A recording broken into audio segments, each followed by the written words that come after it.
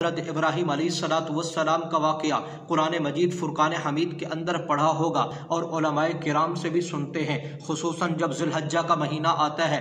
ذی الحجہ کے مہینے کے اندر جمعے کے موقع پر علماء کرام خطباء اعظام ممبر پر بیٹھ کر حضرت ابراہیم علیہ السلام کے امتحانات بیان کرتے ہیں، تو انہی امتحانات میں سے ایک امتحان ایسا بھی آتا ہے کہ حضرت ابراہیم علیہ السلام کی پیدائش اس گھر کے اندر ہوئی کہ جہاں بت پرستی بھی ہے اور بت بیچے بھی جا رہے ہیں، اور اس کے ساتھ ساتھ گرامی قدر سامعین بت بنائے بھی جا رہے ہیں۔ اور حضرت ابراہیم علیہ السلام گھر سے توحید کا آغاز کرتے ہیں، توحید کی دعوت دیتے ہیں، اپنے والد کو دعوت دی، وہاں سے پھر چلے قوم کی طرف جا کر اللہ رب العزت کی وحدانیت کو بیان کیا، بتوں کی نفی کی۔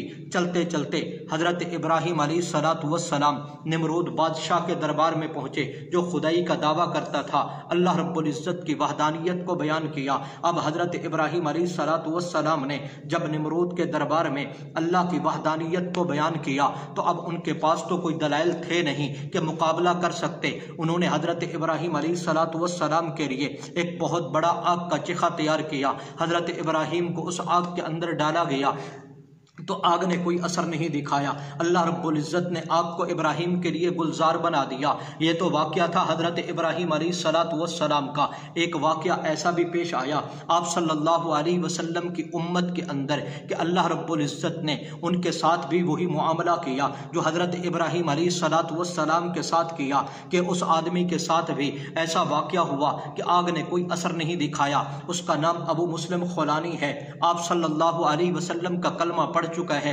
اسلام قبول کر چکا ہے، آپ صلی اللہ علیہ وسلم کی زیارت نہ کر سکا۔ حضور علیہ السلام کی زیارت کرنے سے پہلے اس دنیا سے آپ صلی اللہ علیہ وسلم رخصت ہو گئے۔ وہ واقعہ بڑا عجیب ہے۔ جس وقت اسود انسی نے یمن کے اندر نبوت کا دعویٰ کیا اور وہ دعوت اپنی پھیلا رہا ہے کہ میں اللہ کا نبی ہوں، حضور علیہ السلام پر نبوت ختم نہیں ہوئی بلکہ حضور کے بعد بھی نبی بن سکتے ہیں، تو اس ملعون نے نبوت کا دعویٰ کیا اور یمن کے اندر اس کی اتباع کرنے والے، اس کی پیروی کرنے والے، اس کے پیچھے چلنے والوں کی تعداد بہت بڑی ہو گئی، کثیر تعداد کے اندر لوگ جمع ہو گئے اس کے پیچھے چلنے والے۔ اب حضرت ابو مسلم خولانی رحمۃ اللہ علیہ یہ پہنچے اسود انسی کے پاس، اسود انسی کے سامنے بیٹھے ہوئے ہیں، تو اسود انسی نے حضرت ابو مسلم خولانی کو کہا میں نے نبوت کا دعویٰ کیا ہے، کیا تم مجھے اللہ کا نبی مانتے ہو؟ حضرت ابو مسلم خولانی رحمۃ اللہ علیہ نے کیا فرمایا؟ میں آپ صلی اللہ علیہ وسلم کو اللہ کا آخری نبی مانتا ہوں، آپ صلی اللہ علیہ وسلم کو اللہ کا خاتم النبیین نبی سمجھتا ہوں۔ حضور علیہ السلام کے بعد جو شخص نبوت کا دعویٰ کرے وہ لعنتی ہے، وہ دجال ہے، وہ کذاب ہے۔ میں تجھے بھی لعنتی سمجھتا ہوں، تجھے کذاب سمجھتا ہوں، تجھے بے ایمان سمجھتا ہوں، اور تیرے علاوہ جو شخص بھی نبوت کا دعویٰ کرے میں اسے لعنتی، دجال، کذاب، بے ایمان سمجھتا ہوں۔ اب اسود انسی نے دیکھا یہ میری نبوت کی تصدیق نہیں کر رہا، اب اس کا نتیجہ کیا نکلے گا؟ اس نے فیصلہ کر لیا اب اس کو بڑی سخت سے سخت سزا دی جائے۔ حضرت ابو مسلم خولانی رحمۃ اللہ علیہ کے لیے اس نے آگ کا ایک بہت بڑا چیخا تیار کیا۔ آگ کا چیخا جب تیار ہو گیا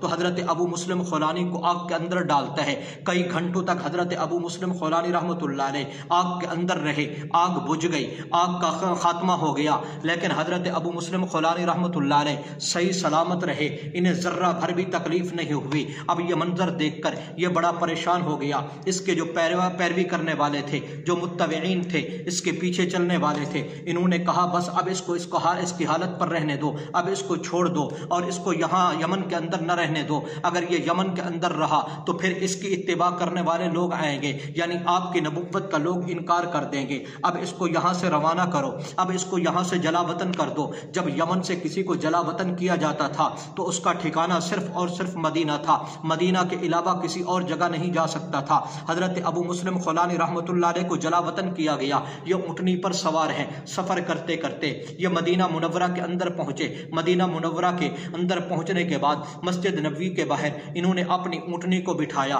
اور اونٹنی بیٹھی۔ حضرت ابو مسلم خولانی اونٹنی سے نیچے اترے، مسجد